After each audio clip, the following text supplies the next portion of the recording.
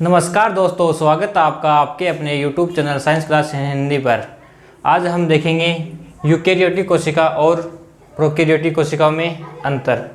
तो इसके बारे में देखने से पहले हम वापस से एक बार कोशिका का सामान्य संरचना के बारे में अध्ययन कर लेते हैं कि कोशिका की संरचना किस प्रकार होती है। इसमें देखेंगे सबसे पहले कि कोशिका भित्ति। कोशिका का सबसे बाहरी आवरण क्या कहलाता है? कोशिका भित्ति। इसके बाद में कोशिका झिल्ली। तो कोशिका भित्ति के अंदर का आवरण क्या कहलाता है? कोशिका झिल्ली। और कोशिका झिल्ली किस प्रकार की होती है? झिल्ली अर्धपारगम्य। कोशिका भित्ति किस प्रकार की होती है? पारगम्य। इसके बाद में यह है क्या है अंदर सबसे भीतर केंद्रक, और केंद्रक के ऊपर क्या पाई जाएगी? केंद्रक झिल्ली। अब देखेंगे प्रोकैरियोटिक कोशिका और यूकेरियोटिक कोशिका में अंतर। तो क्या होगा?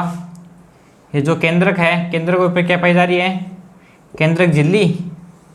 तो ये क्या नहीं, प्रोकैरियोटिक कोशिका में केंद्रक झिल्ली नहीं होगी, लेकिन यूकेरियोटिक कोशिका में केंद्रक झिल्ली पाई जाएगी। अब हमने देखा था पहले कि प्रोकैरियोटिक कोशिका और यूकेरियोटिक कोशिका में जो परिभाषा डिफाइन करी थी उसमें देखा था कि केंद्रक झिल्ली अनुपस्थित रहती है और इसमें उपस्थित रहती है। इसमें केंद्रक झिल्ली नहीं है तो क्या होगा? जो केंद्रक के अंदर जो भी द्रव्य पाया जाएगा, केंद्रक द्रव्य, वो क्या होगा? कोशिका द्रव्य में। ये क्या है इसमें? कोशिका द्रव्य। कोशिका द्रव्य। इसमें क्या होगा? ये कोशिका द्रव्य में बिखरा हुआ रहेगा। किसमें? प्रोकैरियोटिक कोशिका में। और यूकेरियोटिक कोशिका में क्या पाई जाएगी? केंद्रक झिल्ली पाई जाएगी। तो इसमें क्या रहेगा? केंद्रक द्रव्य केंद्र के अंदर उपस्थित रहेगा। उसके बाद में देखेंगे माइटोकॉन्ड्रिया। इसमें क्या नहीं होता? माइटोकॉन्ड्रिया अनुपस्थित रहता है। इसका मतलब क्या हुआ कि इसमें माइटोकॉन्ड्रिया नहीं पाया जाता, इसमें प्रोकैरियोटिक कोशिका में। लेकिन यूकेरियोटिक कोशिका में माइटोकॉन्ड्रिया पाया जाता है। हमने पहले भी ये चीज़ देख ली थी कि यूकेरियोटिक और प्रोकैरियोटिक कोशिका में क्या अंतर है। एक कोशिकांग के रूप से देखें तो सिर्फ राइबोसोम का ही अंतर है और कुछ भी अंतर नहीं है। क्या अंतर है? एक तो ये रहा राइबोसोम। राइबोसोम दो प्रकार के देखे थे हमने, सब कोशिकांग देख रहे थे, उसमें राइबोसोम टॉपिक लिया था। उस टाइम पे देखा था कि राइबोसोम कितने प्रकार के हैं? दो प्रकार के, एक तो 17S और एक 80S। तो 17S किसमें पाया जा रहा था? प्रोकैरियोटिक कोशिका में। और किसमें पाया जा रहा है? और 80S यूकेरियोटिक कोशिका में। तो वही है कि सिर्फ राइबोसोम उपस्थित है और कोई भी कोशिकांग प्रोकैरियोटिक कोशिका में उपस्थित नहीं है। जैसे माइटोकॉन्ड्रिया अनुपस्थित है, लाइसोसोम भी अनुपस्थित है, गोल्जी कोई भी अनुपस्थित है, अंतःपर्दवी जालिका यानी एंडोप्लाज्मिक रेटिकुलम, शॉर्ट में से ER से भी डिनोट करते हैं, ये भी नहीं है इसमें। राइबोसोम 17S प्रकार का राइबोसोम उपस्थित है। इसमें कौन सा है? 80S प्रकार का राइबोसोम। इसके बाद में हिस्टोन प्रोटीन। हिस्टोन प्रोटीन किस में देखी थी? केंद्रक के अंदर। केंद्रक में कौन सी प्रोटीन पाई जाती है? Histone protein. एग्जाम में क्वेश्चन भी डायरेक्ट पूछा सकता है कि केंद्रक में कौन सी प्रोटीन पाई जाती है, तो क्या लिखेंगे? Histone protein. तो इसमें क्या नहीं है? केंद्रक झिल्ली नहीं है, तो केंद्रक द्रव्य भी क्या होगा? बिखरा हुआ रहेगा, तो हिस्टोन प्रोटीन भी नहीं होगी। और इसमें क्या पाई जाएगी? हिस्टोन प्रोटीन पाई जाएगी। इसके बाद में देखेंगे कोशिका द्रव्य गतिशील नहीं होता। इसका मतलब क्या हुआ? इसमें तो ये कोशिका द्रव्य पाया जा रहा है, वो क्या है? यूकेरियोटिक कोशिकाओं में तो क्या कर रहा है? गति कर रहा है, अर्थात ये स्थिर नहीं है। इस प्रकार से गति कर रहा है। लेकिन प्रोकैरियोटिक कोशिका में क्या है? गति नहीं कर रहा है। इसके बाद में देखेंगे इसके एग्जाम्पल के बारे में। तो एग्जाम्पल हमने 3 एग्जाम्पल देखे थे। एक तो बैक्टीरिया, जिसे हिंदी में क्या कह रहे थे? जीवाणु। सेकंड नंबर था साइनोबैक्टीरिया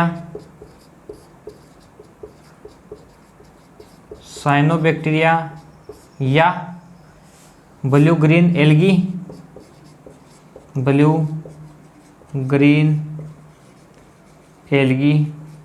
जिसे क्या कह रहे थे? नील हरित शैवाल।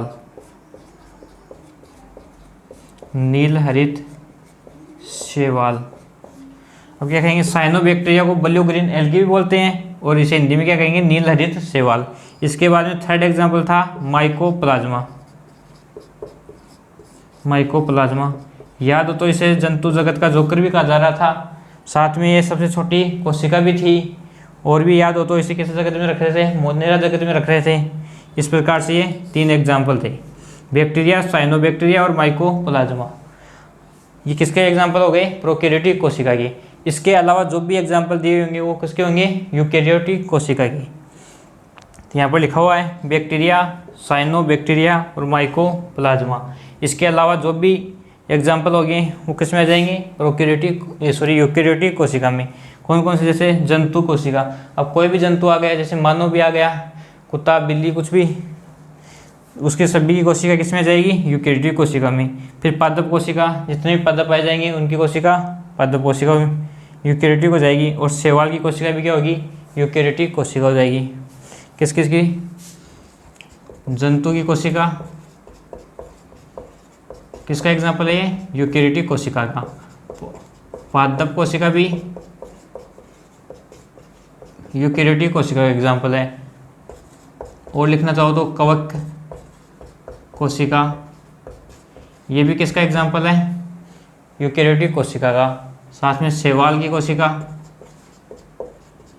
शैवाल की कोशिका ये भी किसका एग्जाम्पल हो गया, यूकेरियोटिक कोशिका का।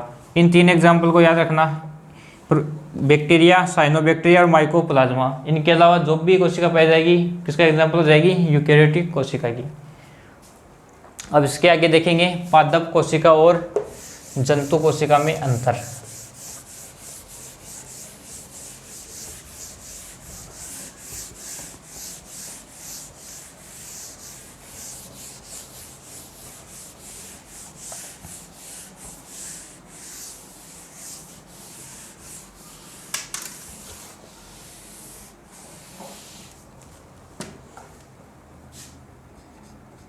पादप कोशिका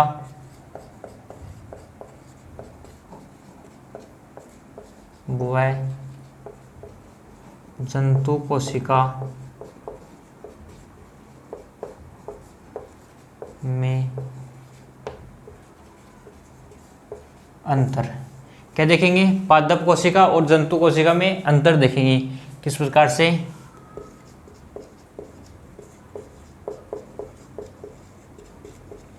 पादप कोशिका तो जाएगा जंतु कोशिका। पादप कोशिका और जंतु कोशिका, हमने अभी देखा था कोशिका में कि सबसे बाहरी आवरण क्या होता है, कोशिका भित्ति, कोशिका भित्ति, और इसके अंदर का आवरण कोशिका झिल्ली, इसे कहेंगे सेल वॉल। कोशिका भित्ति को क्या कहेंगे, सेल वॉल, सेल वॉल, और इसे कहेंगे सेल मेम्ब्रेन, सेल मेम्ब्रेन। अब देखेंगे पादप कोशिका। पादप कोशिका में क्या पाई जाएगी, कोशिका भित्ति पाई जाएगी, लेकिन जंतु कोशिका में कोशिका भित्ति नहीं होगी। इसका अर्थात सबसे बाहरी आवरण, जंतु कोशिका का सबसे बाहरी आवरण क्या होगा, कोशिका झिल्ली। तो इसमें लिखेंगे,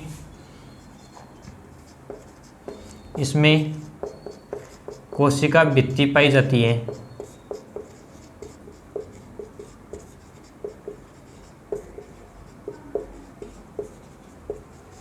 लिखेंगे इसमें कोशिका भित्ति नहीं पाई जाती है, कोशिका भित्ति नहीं पाई जाती है। क्या होगा, इसमें तो कोशिका भित्ति पाई जाएगी और इसमें कोशिका भित्ति नहीं पाई जाएगी। अब एग्जाम में क्वेश्चन किस प्रकार बनाएगा, एग्जामिनर क्या करेगा, इसमें दिखाएगा कि कोशिका भित्ति पाई जाती है, कोशिका भित्ति नहीं पाई जाती, ये कुछ नहीं पूछेगा। ये डायरेक्ट पूछेगा कि जंतु कोशिका का सबसे बाहरी आवरण क्या है। तो हमें पता होना चाहिए कि सबसे बाहरी आवरण क्या होता है, कोशिका भित्ति होती है। लेकिन जीवाणु पर एक ग्लाइकोकेलिक्स भी पाया जाता है, वो तो एक अलग ही हो गया, जीवाणु या बैक्टीरिया। कुछ जीवाणु पर ही होता है, सभी जीवाणु पर भी नहीं पाया जाता। क्या पाया जाता है, ग्लाइकोकेलिप्स, केलिक्स या केलिप्स। ये हमने देख लिया था पहले भी कि कोशिका का आवरण में तीन आवरण देखे थे, ग्लाइकोकेलिप्स, कोशिका भित्ति और कोशिका झिल्ली। लेकिन एग्जामिनर क्वेश्चन किस प्रकार बनाएगा कि जंतु कोशिका का सबसे बाहरी आवरण है, तो हमें पता होना चाहिए कि सबसे बाहर तो कौन सा होता है, ग्लाइकोकेलिक्स होता है, जो किस पर पाया जाता है, कुछ जीवाणु पर पाया जाता है। उसके बाद में पता होना चाहिए कि पादप कोशिका है उसका सबसे बाहरी आवरण कौन सा है, कोशिका भित्ति है। और फिर इसके अंदर क्या पाया जाता है, कोशिका झिल्ली पाई जाती है। अब जंतु कोशिका पर कोशिका भित्ति पाई नहीं जाती, इसका मतलब क्या हुआ कि कोशिका भित्ति नहीं है, तो इसका मतलब क्या हुआ, कोशिका झिल्ली है। तो सबसे भारी आवरण क्या हो जाएगा, कोशिका झिल्ली हो जाएगा इसका, किसका, जंतु कोशिका का। तो इसमें लिख लेते हैं,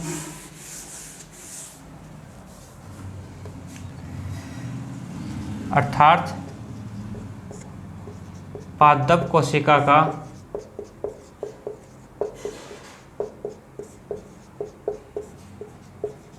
सबसे बाहरी आवरण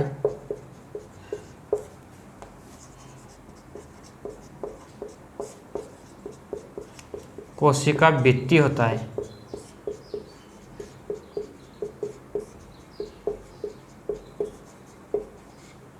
क्या होता है, सबसे पादप कोशिका का सबसे बाहरी आवरण क्या होगा, कोशिका भित्ति। लेकिन इसमें क्या होगा, इसमें भी लिख लेंगे अर्थात इसमें कोशिका भित्ति नहीं पाई जाती है। अर्थात क्या मतलब हुआ कि जंतु कोशिका का सबसे भारी आवरण क्या होगा, कोशिका झिल्ली। जंतु कोशिका का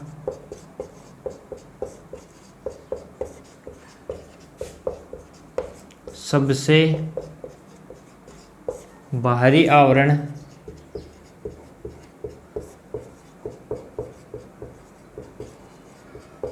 कोशिका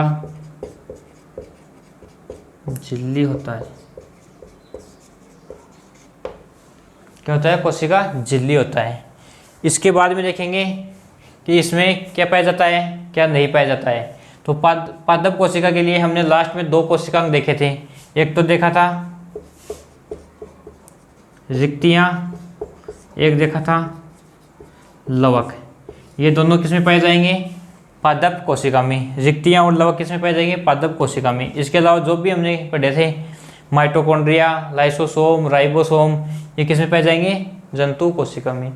तो इन दोनों के बारे में लिख लेते हैं। इसमें रिक्तियाँ पाई जाती हैं, इसमें रिक्तियाँ पाई जाती हैं। और रिक्तियाँ इसमें कितने % भाग को कवर कर रही थी, 90% भाग को। कितने % भाग को, 90% भाग को, 90% भाग को कवर कर रही थी। साथ में इस प्रकार से मान लो कोई कोशिका है, ये क्या हो गई, इसमें रिक्तियाँ हो गई, तो ये क्या करेगी, केंद्र को साइड में खिसका देगी। हमने देखा था कि कोशिका के अंदर रिक्तियाँ होती है, वो कितने % भाग को कवर कर लेती है, कोशिका के 90% भाग को। तो ये क्या हो गया, 90% भाग तो इसने ही कर लिया। तो ये क्या करेगी, केंद्र को या तो बोल दो कोशिका झिल्ली की तरफ, या बोल दो परिधि की तरफ। कोशिका झिल्ली या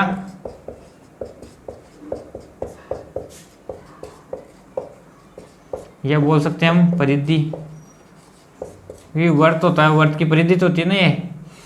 तो ये क्या करता है, वर्त की परिधि, या तो परिधि की तरफ, कोशिका की परिधि की तरफ, या कोशिका की झिल्ली की तरफ खिसका देता है, किसको, केंद्र को। इसमें लिख लेंगे, इसमें रिक्तियाँ पाई जाती है जो कोशिका के 90% भाग को घेरे रहती है।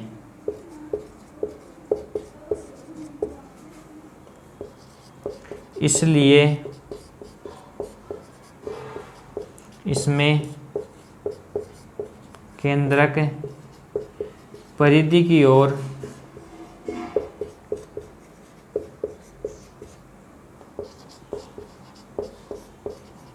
पाया जाता है। अब होता क्या है, एग्जामिनर कई बार तो दे देता है कोशिका झिल्ली की तरफ, कि रिक्तियाँ क्या कार्य है कि केंद्र को क्या करती हैं, कोशिका झिल्ली की तरफ कर देती हैं, धकेल देती हैं। या हो सकता है कि परिधि की तरफ धकेल देती हैं। तो इसमें दोनों चीज़ याद होनी चाहिए कि परिधि भी बोल सकता है, कोशिका झिल्ली भी बोल सकता है। इसमें देखेंगे कोशिका रिक्तियाँ हैं, पाई नहीं जा रही हैं। क्या लिखेंगे कि इसमें रिक्तियाँ अनुपस्थित होती हैं। इसमें रिक्तियाँ अनुपस्थित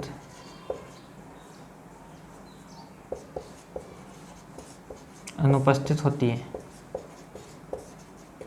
क्या होती है? इसमें रिक्तियाँ अनुपस्थित होती है। इसके बाद में देखेंगे लवक के बारे में। तो लवक का क्या कार्य था? मुख्य रूप से तो देखें तो लवक में क्या पाए जा रहे थे? वर्णक पाए जा रहे थे, तो जो क्या कर रहे थे? रंग प्रदान कर रहे थे। अब क्या होता है? जंतु कोशिका में कोई कलर पाया जाता है। पादप कोशिका है, पादप है कोई भी, उसमें तो क्या होते हैं?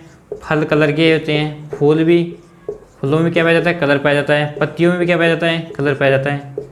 अलग अलग कलर की पत्तियाँ पाई जाती है, फूल भी अलग अलग कलर के पाए जाते हैं, फल भी अलग अलग कलर के पाए जाते हैं। लेकिन जंतु कोशिका में थोड़ी ऐसा हो सकता है कि हाथ है वो अलग कलर के हो, पैर अलग कलर के हो, ऐसा थोड़ी हो सकता है। इसमें क्या लिखेंगे? इसमें लवक अनुपस्थित होता है। इसमें क्या नहीं पाया जाता? लवक नहीं पाया जाता। लेकिन इसमें लिखेंगे इसमें लवक पाया जाता है।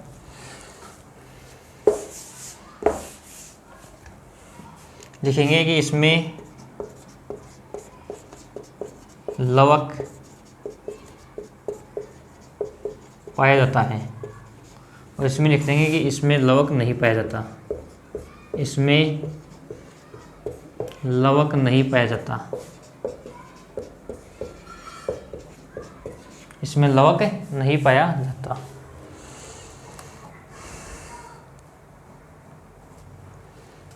साथ में भोजन किस रूप में संग्रहित रहता है वो भी लिख लेते हैं कि पादप कोशिका होती है, इसमें भोजन स्टार्च के रूप में संग्रहित रहता है।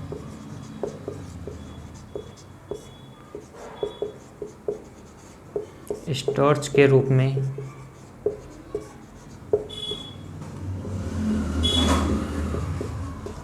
संग्रहित रहता है। इसमें भोजन किस रूप में संग्रहित रहेगा? स्टार्च के रूप में। और इसमें भोजन किस रूप में संग्रहित रहेगा? इसमें भोजन ग्लाइकोजन के रूप में संग्रहित रहता है। भोजन ग्लाइकोजन के रूप में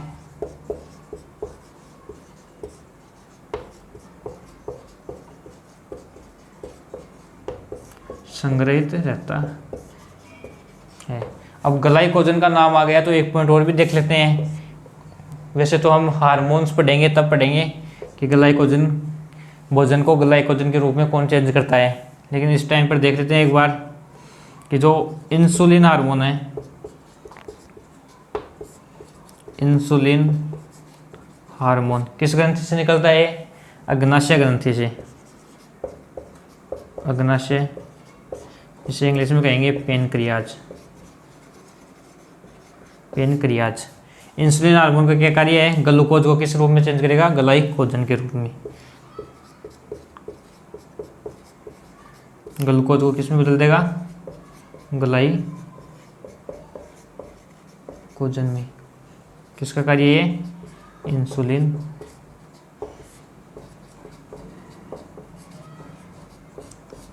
हार्मोन का। तो पादप कोशिका और जंतु कोशिका में मुख्य रूप से ये अंतर हो गए। लास्ट अंतर क्या था? लवक इसमें लवक पाया जाता है और इसमें लवक नहीं पाया जाता है, क्योंकि इसमें क्या पाए जाते हैं? कलर पाए जाते हैं। पादप कोशिका में फल फूल जो भी पत्तियाँ हैं वो कलरफुल होती हैं, लेकिन इसमें किसी भी प्रकार की कोई कलर नहीं पाया जाता है। तो इसमें क्या हुआ? भोजन स्टार्च के रूप में संग्रहित है और इसमें ग्लाइकोजन के रूप में संग्रहित है। और इससे आगे देखेंगे नेक्स्ट क्लास में। Thank you very much.